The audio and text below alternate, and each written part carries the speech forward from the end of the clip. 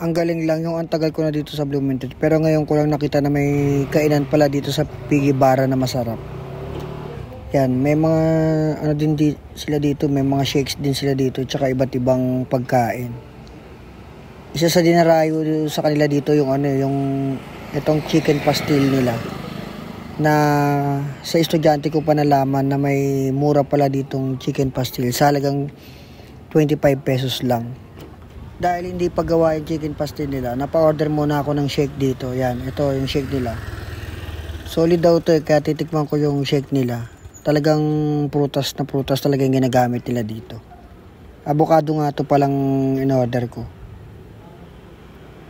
Yan, may pa-ice cream pa yan sa ibabaw.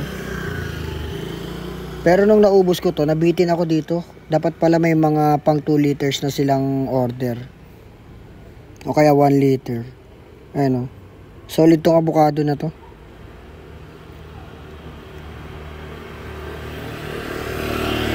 Sarap.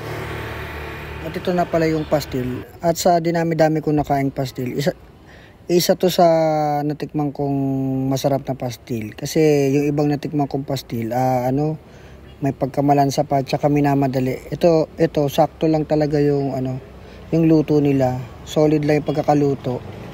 Talagang ginisa talaga lahat. Bali yung kanin ko nga dito, fried rice. Pwede kayo mamili kung plain rice o fried rice. Pero sa akin, mas masarap sa akin tong fried rice. Sa halagang 25 pesos.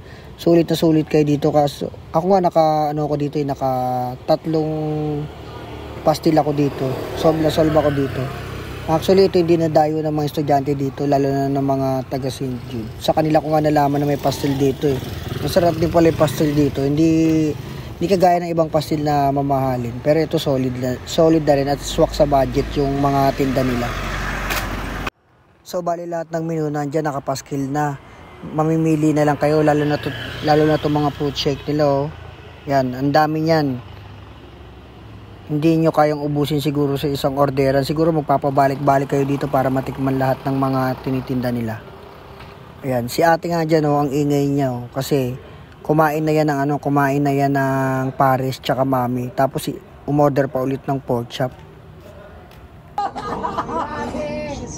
Sa mga tuwid, masarap daw. Yun ang ibig sabihin nun. Ito sa kapangano. Wala pa nga yun. Bengi ako, kutsara, tinto. Ako na yun. Ako magsisilbi sa inyo, sige. Habang di masarap yung pagkain, tinan mo yung nagbibigatan, mga nagtitinda. Malalaki. Gagalit sa inyo.